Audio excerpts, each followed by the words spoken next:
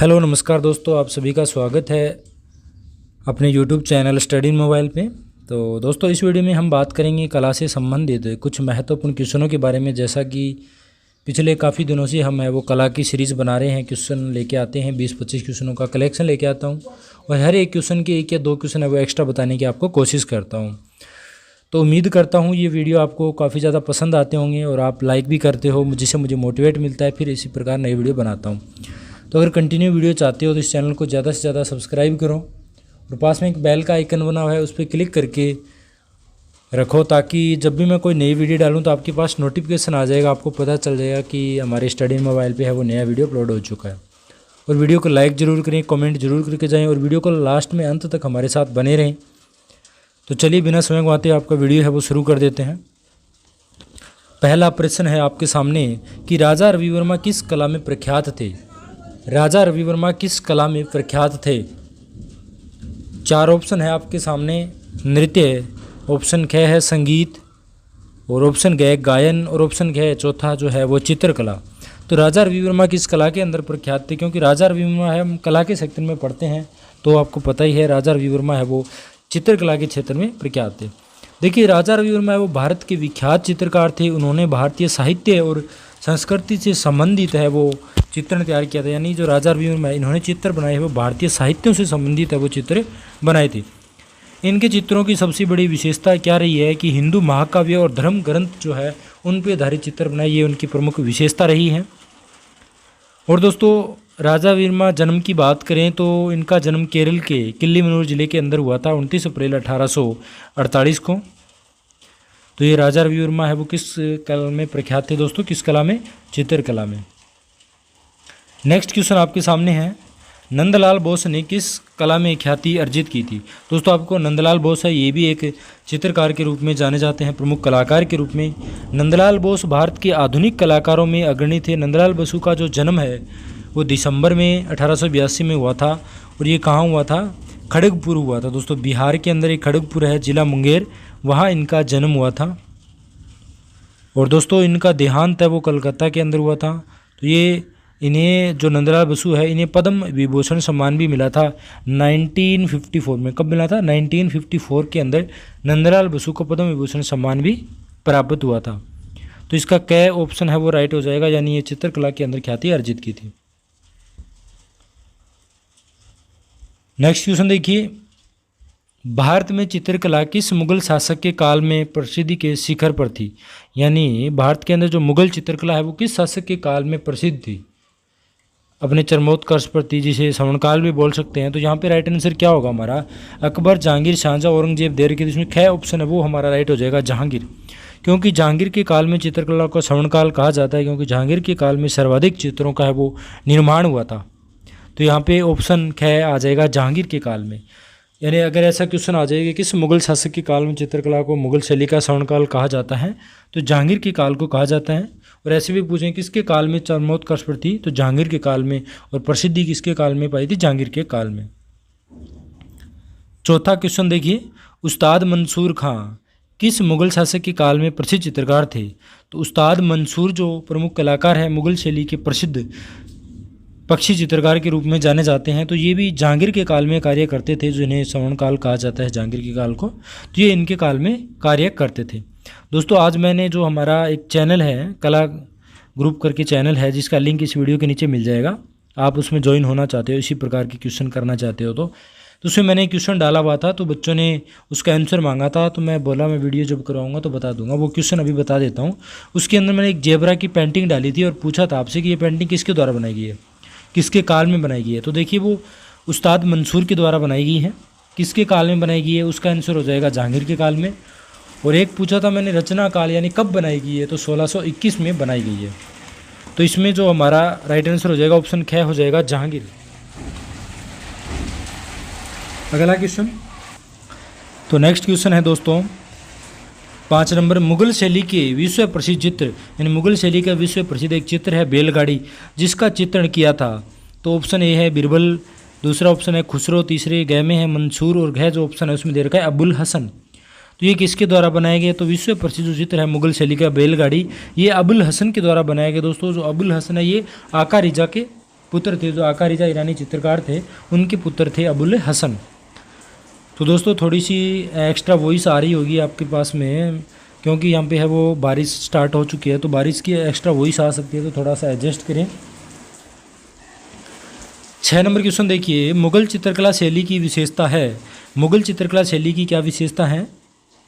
तो यहाँ पे जो राइट आंसर है वो क्या हो जाएगा हमारा, उपरोक्त सभी होगा, क्योंकि युद्ध दृश्य से संबंधित भी चित्र बने थे, पशु पक्षी प्रकृति दृश्य से भी चित्र बने थे, और दरबारी चित्र भी बने हुए थे, क्योंकि ये दरबारी कला थी, दरबार के अंदर काम होता था, तो ये दरबारी चित्र भी बने हुए थे। तो यानी यहाँ पे तीनों ऑप्शन है वो हमारे राइट हो जाएगा, उपरोक्त सभी जो घ ऑप्शन है वो हमारा बिल्कुल राइट आंसर हो जाएगा।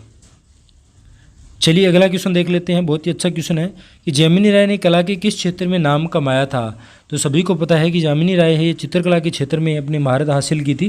तो जामिनी राय भारतीय चित्रकार थे दोस्तों, इन्हें भारत सरकार द्वारा पद्म भूषण सम्मान भी मिला था। जामिनी राय को भी भारत सरकार के द्वारा कौन सा सम्मान मिला था, पद्म भूषण सम्मान मिला था, और ये कब मिला था, 1955 में, यानी 1955 के अंदर पद्म भूषण सम्मान से सम्मानित हुए थे। और ये जो यामिनी राय है दोस्तों, ये अवनींद्रनाथ ठाकुर के जो प्रसिद्ध शिष्यों में से एक थे, और इनके जन्म की बात करें तो पश्चिम बंगाल के इसमें बांकुड़ा जिले में बालियातोर नामक एक गांव है, जहां पे जमींदार परिवार में है वो इनका जन्म हुआ था 11 अप्रैल 1887 को। चलिए अगला क्वेश्चन देखते हैं, भारतीय चित्रकला में पुनर्जीवनवादी विचारधारा का प्रवर्तक कौन था। तो यहाँ पे राइट आंसर हो जाएगा, 4 ऑप्शन आपके सामने है, क में नंदलाल, क जामिनी राय, या चंद्रसेन, और घ है विमल बोस। तो यहाँ पे राइट आंसर हो जाएगा यामिनी राय या जामिनी राय बोल सकते हो। तो ये पुनर्जीवनवादी विचारधारा के प्रवर्तक थे। चलिए नेक्स्ट क्वेश्चन देख लेते हैं, मुगल काल में मंसूर था एक महान, यानी मुगल शैली के अंदर जो मंसूर थे वो क्या थे। तो मैंने अभी आपको बताया था, उस्ताद मंसूर है वो एक चित्रकार के रूप में जाने जाते हैं, तो प्रसिद्ध पशु पक्षी चित्रण में माहिर थे, मुगल शैली के अंदर विश्व प्रसिद्ध चित्रकार के रूप में जाने जाते हैं, जो मुगल शासक जो जहांगीर है उनके दरबार में कार्य करते थे। 10 नंबर प्रश्न देखिए, सुप्रसिद्ध चित्र बनी ठनी किस शैली पर आधारित है। तो 4 ऑप्शन आपके सामने है कि जयपुर शैली, ख ऑप्शन है किशनगढ़ शैली, ग बूंदी शैली, और ख जो ऑप्शन है वो दे रखा है कांगड़ा शैली।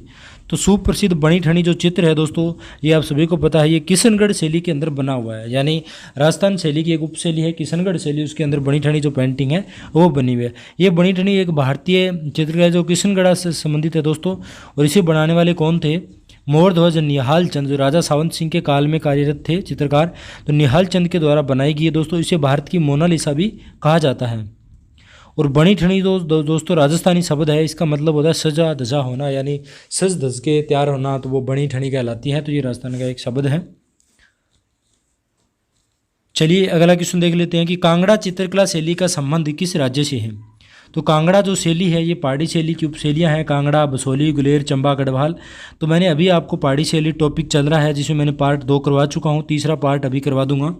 तो उसके अंदर मैंने बताई हुई आपको पढ़ाई थी मैंने, कांगड़ा शैली यानी पहाड़ी शैली कहाँ पनपी थी, जम्मू और हिमालय की जो घाटियाँ हिमाचल प्रदेश की वहाँ पनपी हुई थी, मैंने आपको बताया था। तो कांगड़ा जो चित्रकला है वो शैली का संबंध किस राज्य से आएगा, हिमाचल प्रदेश से। तो यहाँ पे ख ऑप्शन है वो हमारा राइट आंसर हो जाएगा। प्रश्न नंबर 12 देखिए, कांगड़ा चित्रकला शैली में किस प्रकार के चित्र की प्रधानता है, यानी जो पहाड़ी शैली की उपशैली है कांगड़ा शैली, उसके अंदर जो चित्र बने हुए हैं उसके अंदर किस प्रकार की प्रधानता है, चित्रों की जो विशेषता है वो किस प्रकार की है। तो यानी देखिए कांगड़ा शैली के अंदर जो चित्र बने हुए ना, वो पुरानी कथाओं पर आधारित रीतिकालीन नायक नायिकाओं के चित्र है वो सर्वाधिक बने हुए हैं। और ये युद्ध दृश्य है, ये पशु पक्षी है, ये मुगल शैली के अंदर ज़्यादा बने हुए हैं। तो पुरानी कथाओं नायक नायिकाओं से संबंधित जो चित्र बने हुए हैं वो किसमें बने सर्वाधिक है, कांगड़ा शैली में। तो यहाँ पे ऑप्शन क्या है जो 12 नंबर प्रश्न का राइट आंसर हो जाता है। चलिए अगला क्वेश्चन देख लेते हैं, प्रश्न नंबर 13 है आपके सामने स्क्रीन पे। गुजराती चित्रकला शैली में किस प्रकार की चित्रों की प्रमुखता रही है। गुजराती चित्रकला जो शैली है उसमें किस प्रकार की चित्रों की जो प्रमुखता है वो रहती है। तो यहाँ पे राइट आंसर क्या हो जाएगा 15 नंबर क्वेश्चन का, 13 नंबर जो क्वेश्चन है इसका राइट आंसर हो जाएगा। देखिए 4 ऑप्शन आपके सामने है, युद्ध दृश्य, पशु पक्षी, दैनिक क्रियाकलाप, और चौथा जो ऑप्शन दे रखा है प्राकृतिक रचनाएं। तो गुजराती शैली के अंदर है वो प्राकृतिक रचनाएं, ये ऑप्शन है वो बिल्कुल राइट आंसर हो जाएगा गुजराती शैली के अंदर। 14 नंबर क्वेश्चन देख लेते हैं, बहुत ही अच्छा क्वेश्चन है आपके सामने कि कौन सा जोड़ा सुमेलित नहीं है, यानी जोड़े दे रखे हैं 4, ये आपके सामने कै ख ग गए, तो इन्हें पूछा है कौन सा जोड़ा है वो सुमेलित नहीं। अब देखिए पहला जोड़ा चेक करते हैं, मधुबनी चित्रकला। तो दोस्तों मधुबनी जो चित्रकला बिहार की लोक कला, तो ये बिल्कुल राइट आंसर है। गया ऑप्शन देखिए फुलकारी कला, तो ये पंजाब हरियाणा की है, बिल्कुल सही है। कलमकारी कला ये आंध्र प्रदेश की है, ये भी बिल्कुल सही है। अब ये देखिए ख जो ऑप्शन दे रखा है पिछवाई चित्रकला, ये गुजरात की गलत है, क्योंकि गुजरात की साथिया है।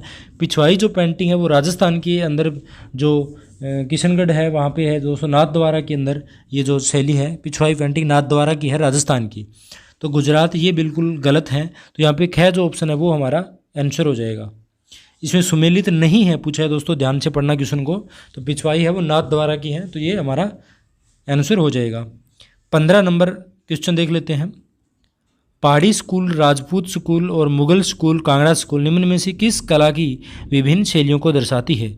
यानी पहाड़ी शैली, राजपूत स्टाइल, मुगल स्टाइल, ये कांगड़ा स्टाइल सभी हैं। ये कला जो विभिन्न शैलियाँ हैं ये किसको दर्शाती है? शिल्प कला को, चित्रकला को, नृत्य कला को, संगीत कला को। तो ये दोस्तों चित्रकला शैलियाँ हैं जिसको हम पढ़ते हैं। तो यहाँ पे ख ऑप्शन हमारा राइट आ जाएगा, चित्रकला शैली को दर्शाती है। 16 नंबर क्वेश्चन देख लीजिए। उमा की तपस्या क्या है? उमा की तपस्या, शिव पार्वती, बसंत, प्रमाण आदि किस चित्रकार की बेहतरीन रचनाएं हैं?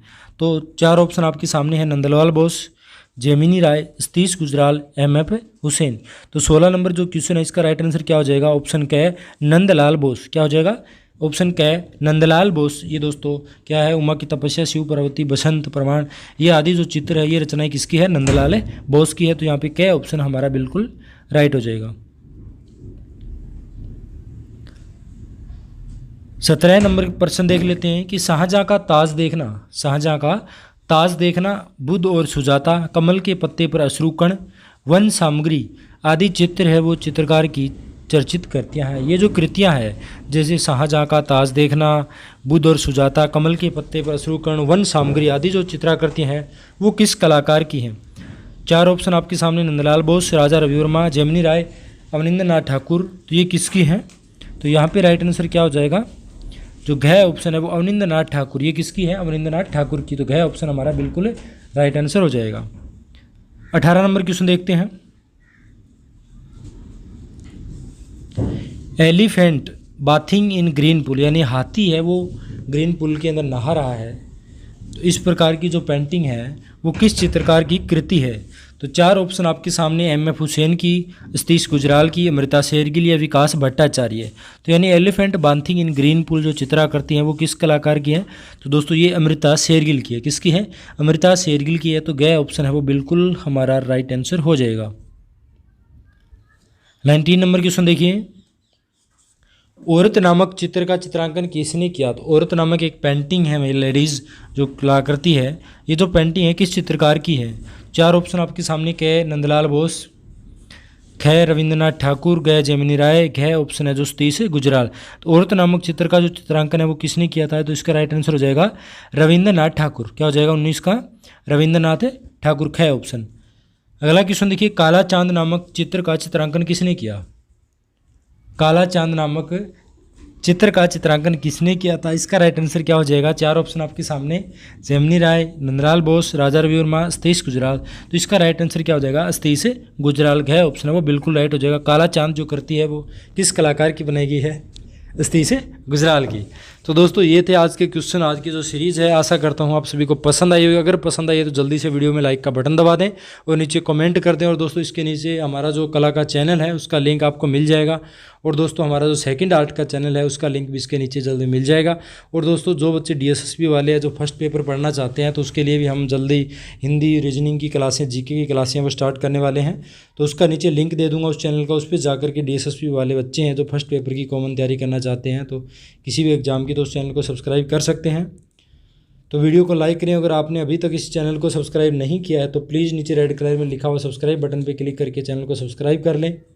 इसी प्रकार ताकि आप नई नई सीरीज़ है वो देखते रहें। और जल्द ही दोस्तों नेक्स्ट सीरीज़ है वो अपलोड कर दी जाएगी। धन्यवाद।